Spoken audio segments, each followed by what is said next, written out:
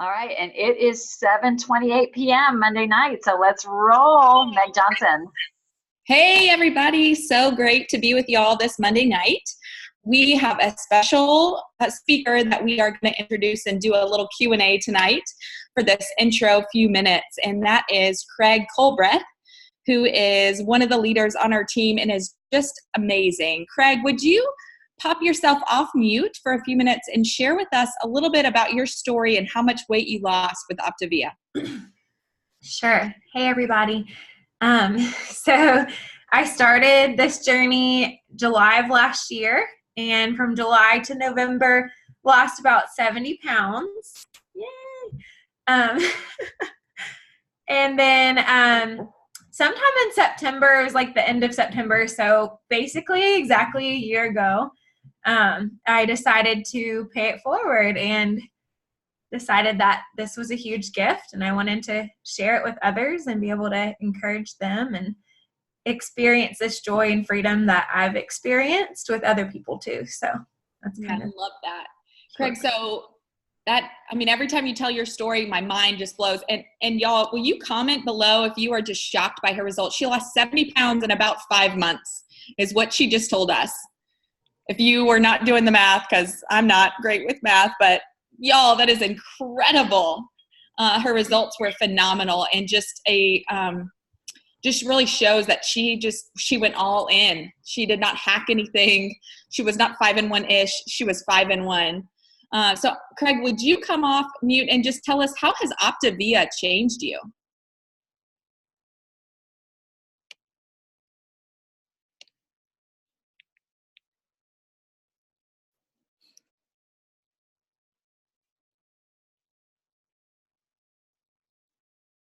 It looks like she is frozen, Meg. Okay. So Craig's frozen? Yeah. I didn't think it was me. Okay. Yep. So hopefully she'll come back. Okay. We'll just kind of wait for her to come back. I'll just tell you, as her coach, I've seen such a change in Craig, in her countenance, and how she has just believed in herself and done the work to make it happen. And one of the things, and Craig, if you can hear me, just talk whenever you hear us, but I asked Craig about coaching a lot of times, and she told me no a lot of times. And finally, she was open to the idea.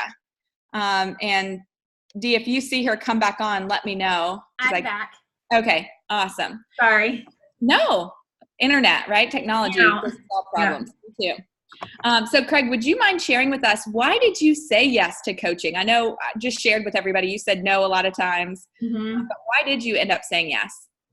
Well, I think at first I was saying no because I was a little bit of self-conscious of, just the change that had happened and how I wasn't completely finished and hadn't met my goal yet. But then you reminded me, that it's not about meeting that goal and me being finished, but that along the way and it'll actually help me meet that goal by helping other people. So I said, okay, I know it's not about me, even though I was so self-conscious about that, but I just had to step out of my comfort zone and realize that it could actually help me get to my goal even faster by helping other people. And then just thinking of those couple of months that if I had waited until I met my goal, the people that I had helped in those, I wouldn't have been able to help those people I helped in those couple months when I had been, not so sure about taking that step. So it was definitely worth it. I love that. So I love that now you're on the other side of it and you can say, yes, I'm so glad that I said yes. Would you mind sharing with us, what has being a coach, now that you're a coach, what has that given you in your world and in your life? Yeah. Well, first I teach little kids during the day. So one of the awesome things for me is being able to also talk to adults every day and have those conversations and relationships and feel like I'm making a difference and impacting adults too. And then also financially, it's been a huge help. Recently we bought a new car, and we've been able to do some backyard renovations and just different things that we wouldn't have been able to start doing, and if it weren't for Optavia. So and then also just health insurance for me and helping me stay on the right track with my health too. Yeah, which you are doing such an incredible job with, Craig. So it's been really fun to just coach you and watch you grow. So what's next for you? Oh, just of course, I just plan on hopefully continuing to grow, adding more coaches. I just added my 3rd coach today. Yay! And I mean, I would love for this to be something I do full time. So that would be the ultimate dream. Yeah, so just working toward that, and it's exciting knowing that it can happen. So. Absolutely. You always remind me that anything can happen, and it's so true, because I didn't think I would have 3 coaches, and I didn't think I would be where I am right now. So anything is possible. Awesome. That's so true. Anything's possible when you do the work. And Craig, you show up and you do the work, just like you did with the 5-in-1, no 5-in-1-ish. You just pour your heart into it. So it's been really fun to coach you and just watch all the lives that you're impacting. So thanks for letting us take a minute and just celebrate Craig and the car she just bought her family, which is so cool, y'all. So give her some love in the comments. It's hard to share and put yourself out there. And so Dee and Larry, back to you guys.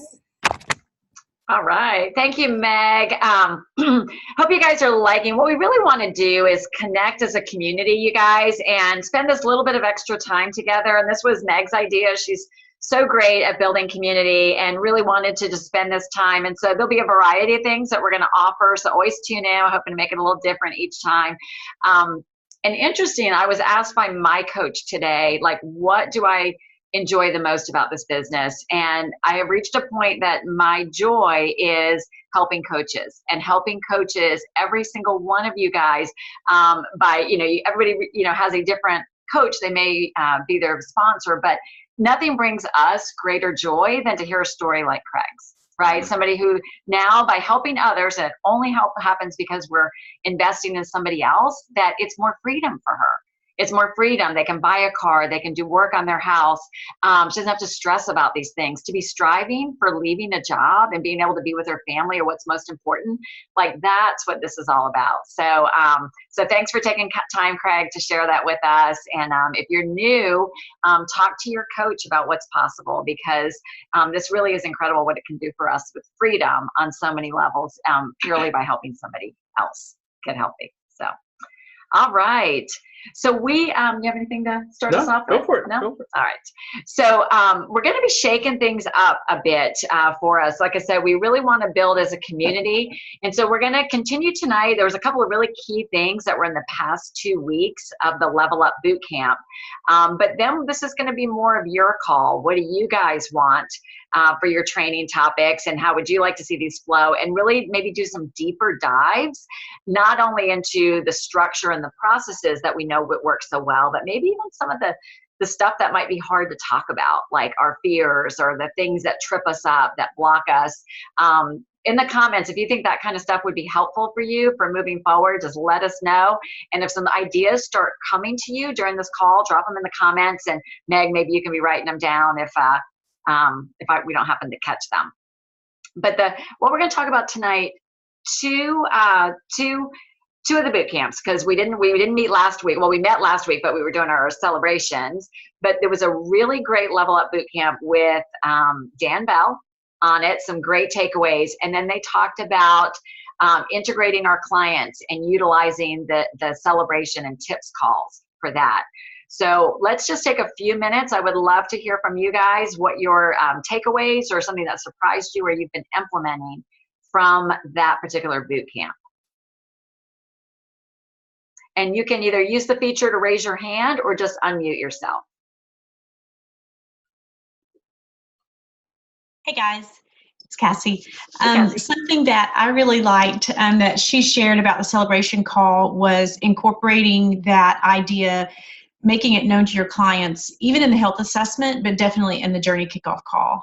So this week, I will be starting my client support for week 1 for 4 clients. 2 of them started today, but I actually said, be ready to talk to my coach, or use some of the terminology that she had in my journey kickoff calls, and I really like that.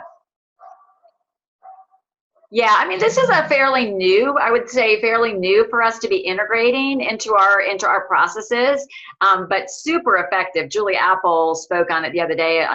She's on, may want to chime in again, but I know a lot of coaches have been utilizing this feature, and if you've missed what that is, it basically means that after your client's first week on program, we just introduce them, and like Cassie said, we actually introduce it in the journey kickoff call, like, hey, this is awesome. After your first week, you get to speak with my coach. He or she will share some incredible tips with you for your success. And then this is the opportunity for your coach. There's a couple different layers to this, but really for your coach to edify you as their coach, and then edify everything you've been telling them. Because our goal is we want to be coaching beyond the 5-in-1 plan, and we really want to integrate our clients so that they see this as their life transformation and not simply another weight loss plan that they're doing. And I was going to say too, the edification is so important, but that's why our process is so important as well, right? So we want to make sure, again, we're consistent across the board, so anybody can really jump in as far as within your coaching line and do that edification, whether it's D&I or somebody else that you directly report to. It's important to do that. So again, process, and then the edification process. Yeah, the magic of this business, just like we know the magic of our program and the weight loss plan is exactly what Craig did, the 5-in-1, following the process. It's just proven. It just works. So when we dive into the process of coaching, and that not only and we'll talk about this in next week's call, but not only do we do the journey kickoff call and the 1-week celebration, but also those weekly connections with our clients by phone, that duplication is where the multiplier will start to happen in your business, and especially when you want to build your business by developing coaches as well. All right, so Katie, okay, I've had clients not want to celebrate, it's too early, and wait till later. Remember, that's a great point. So thanks for bringing that up. And remember, we're following the processes of those ahead of us that have really, most of all this stuff is tested, it's implemented, we know it works well. So it's interesting because I honestly don't posture it as a celebration call. I actually posture it as a tips call, that, this is great. You get to get some tips from my coach who's been coaching longer, but I don't present it as an option. Larry and I were just talking about this with one of his clients, is I just stated as a fact, like kind of like what Cassie was saying before. Hey, this is awesome, because you know what this means? It's time for you to meet my coach, Susan. And I'm going to go ahead and send a 3-way text. We'll set that up. She is awesome. It's going to be a short call. She is really going to make sure you're right. You're loving this now. Like, wait till you talk to her. So not really presented as an option. So see if that, maybe there's the change in terminology and the change in posture might help shift that for you a little bit, Katie. Great question.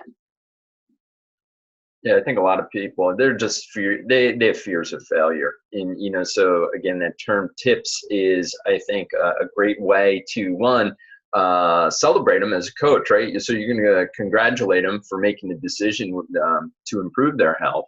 But then you can turn around and start, again, the edification process and building a bigger picture for them.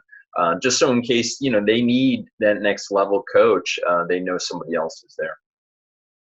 If you didn't watch it, or if you have a chance, maybe even go back and watch it. I really liked Christy Engstrom, the way she postured it, and she talked about it just being something fun, kind of use the cadence and the personality of the coach or the client in terms of how much energy you bring to it. But just 10 or 15 minutes, and it could be a quick phone call, but just really utilizing it to focus in on them and their success. And again, it's an opportunity to layer coaching as well. As a coach, you've already probably brought it up at least twice during their health assessment and during their journey kickoff call, and one of the things she said, if you missed it, but I wrote it down, it was awesome. She said, I just got to tell you, this is what she said, I just got to tell you, this program comes with a warning. people are going to notice. People are going to notice, and you have an option to either share it like somebody shared with you or keep it a secret. But I think we know which option is better. And then when you share it, it can either be as a referral or as a coaching. And we can talk about that later. But again, just stating it as a fact with it. So good. What else from that call? So Dan Bell also talked about the business. He had some cardinal rules. Anything stand out, Shauna? Yeah, I really liked hearing from Dan Bell, and that was one of the things I wrote down. I loved it when he said Lone Rangers don't make it. And that was pretty powerful to me, because there's so many times where I think our pride stands in the way. I mean, I'm guilty. I'm talking to myself, and you want to do things all by yourself and on your own, and you don't want to ask for help. And I thought that was really important statement that he made. And then one of the biggest mistakes he talked about was not sponsoring wide enough soon enough. And, we see that with new coaches. And, so I've been really telling our new coaches in our group, just keep going, keep going, keep going. Don't stop at 5. Don't stop at, just keep going. Because it's just so important to get that width. So I really enjoyed hearing from him. I thought that was really neat that she brought him on, and loved what Christy said about matching the energy, like you were talking about, Dia. Just, because I have not really ever thought about that. I come with my own kind of thing, and then that was a really important statement. I think that we kind of need to match the energy of who we're talking to. So I got a lot from that. Yeah, that was really, really good stuff that he talked about. And the whole Lone Ranger thing. And so if you bring on a coach and they're just kind of doing their own thing, we really try to posture it as, hey, like, you are so smart. You're bringing so much to this business. Your natural instinct is you're just going to want to pick up and run with it. But we know that we want to save you some time. We know some proven processes that work. So if you can just slow down for a second, let us show you the process, you're going to be blown away. And it doesn't mean that we never improve anything. I mean, Dan was pretty clear about that. We're open to new ideas, etc. But just always bring them to your mentor team just to see. But, we've been coaching for quite some time. And anytime somebody comes in and tries to reinvent the wheel, we just see them struggle in the end, and then they get frustrated. Don't we see it with clients as well, right? I got this, and then they're not answering your calls, and then before you know it, they're derailing, and you got to kind of pull them back in. So again, I think, again, it's this. I mean, life's just not meant to do on your own. I mean, we're meant to do it in the community. So good stuff.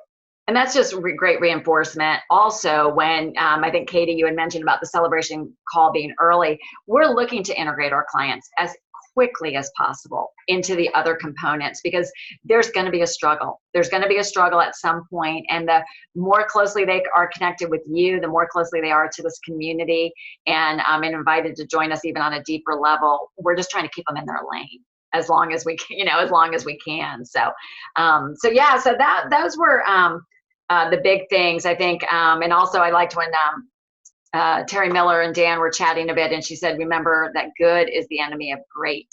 So if you're looking at your business, you're like, oh, this is pretty good. Like, it could be great, so always looking for that next thing. But Dan, they also chatted a bit about Dan's best tip for coaches was to be involved and be integrated. So well done. You guys are here. You're on this call. And that's one thing you'd want to do for your coaches. And then a couple things that, he did talk about, and that we probably don't talk about enough, is just some simple things like your coach is always your coach. Your coach is always your coach. So we always edify our coach. We always support our coach. And then, your fuelings, your food, all of that, like they were so specific in the integrity of this program, and always making sure that, that any order that is done is because somebody's being coached. So very important that you personally are placing your own orders under your coach out of respect for them, and not, under a different family member, and that you're also, that'll be something that you'll then teach down the road to your coaches as well. And it's just the way that the program is designed, because your coach is always there for you and coaching you. And so just keeping the integrity of that. So any other questions or comments? So that was from the call with Dan Bell, and they talked about the tips and celebration calls. All right. This past week, I really enjoyed too. This one was about the fortune is in the follow-up. So I think it's important for us to spend a little bit of time talking about that.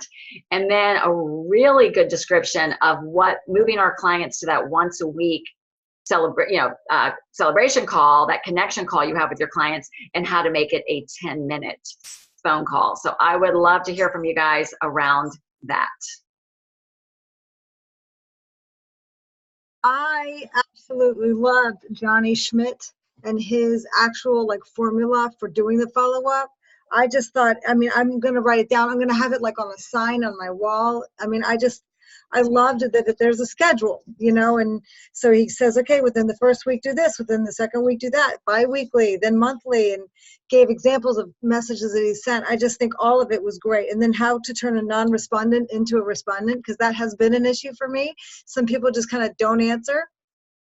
And I just, all of it, I can't, I need to watch it again because I want to get everything that he said. And I can tell that he was successful in his previous careers because he just had a great energy. Very, very good. Yeah, there was, and they said, again, it's kind of like when Meg talked about, she had asked Craig numerous times about coaching before she said yes.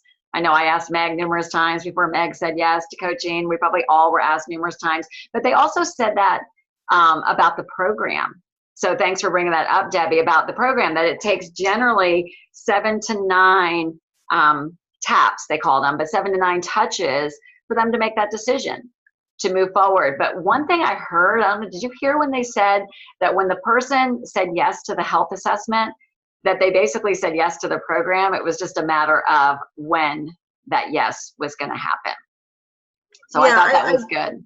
I got that when they said yes to the health assessment, they gave you permission to follow up. So don't be hesitant or afraid of following up. I love it. Yeah. And what about the message on Friday? Who picked up about what they said about people on Fridays and their decisions on Fridays? Somebody want to say it? If just come off mute. If they're in a better mood. They're in a better mood on Friday. They're going to be. I've had both.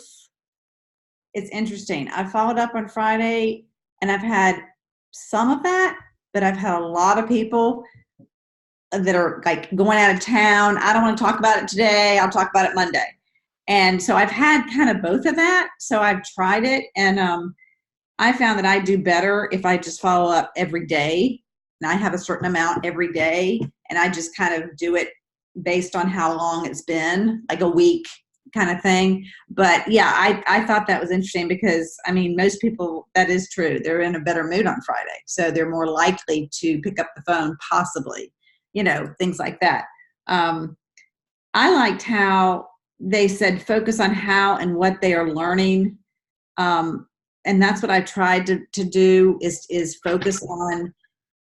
Because one thing I've been struggling with is a lot of mine have plateaued, or they're through transition, and then they're just kind of like, yeah, I'm fine, I got through, and then they don't want to coach. They're made that clear, and of course I'm just kind of like, but it's like, so now I'm trying to focus on like the next step, like homework. Okay, well, give me, getting your life book this week, and I'm trying to get them more like integrated some other way. And so I thought that was good on focus on how and what they're learning to make this a lifestyle, and not gain it all back, when they go off. So I found that helpful. Yeah, Katie, that's an excellent point. I try to do the exact same thing. People are so busy. So, that book's intimidating for a lot of people. I have a feeling it collects a lot of dust, or it's going to be used at Thanksgiving for the little kids to sit on. So, I mean, it's just, I think, again, what you're doing, and we have to reemphasize this to our clients all the time, what have you learned this week? And even if it's just, a little nugget out of one chapter, that's fine. That's really all you want, to just try to keep that habit, right, of learning and that education going. It could be, sitting in on Dr. A's call. It could be listening in on one of the calls after the fact, just listening in on one of the recordings or something like that. But I think it's really key to at least get your client to get engaged and try to learn one thing per week. I think that's so key, because now they're going to get used to you asking that question every week. So what did you learn this week? Tell me more about that, and I think it's just a great habit for us to try to get our clients into. So good point. I'm glad you brought that up. Yeah, I think it kind of goes back to the last call, but Terry Miller was talking about the tips call or the celebration call, that, it's a great opportunity for us to, in a third party, your coach, to be listening in to see, like, is your client just focusing on the weight loss? If your weekly call with them each week is just all they're doing is reporting on weight loss, or just texting you down 2 pounds, that's where we really want to use, like Larry said, using that opportunity to say, what else are you noticing? If you're celebrating a client in our Eat, Live, and Be Optavia, or if they celebrate it, ask those questions. Try to get them to think a little bit deeper than what they were. I'll share a personal story real quick, and it's something that was, sometimes you're never a prophet in your own home or whatever, but my niece made the decision, rather than doing our program, to have lap band surgery, because it was paid for by insurance versus her having to pay for the program. So that hurts. But I'm happy for her. So she's texting me updates and whatnot. And so she's down like 71 pounds, which is awesome. But I asked her the question that I ask so many of my clients. I said, what are you learning about yourself? And she writes back, what do you mean?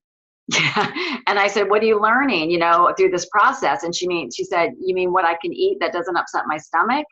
And I was like, well, no, but it took some digging, but you could just tell she was not thinking at all about the behavioral side of this. So even though, our clients are very potentially doing the same thing, they're just utilizing our food as that tool. So good points.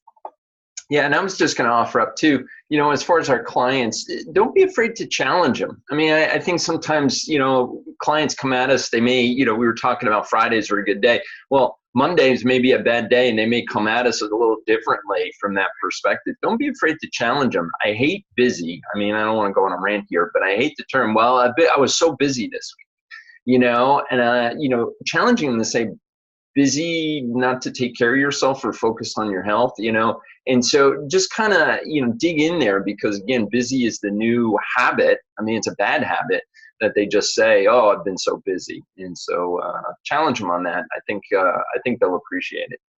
They may not appreciate it right away, but they'll appreciate it. Mm-hmm. Yeah.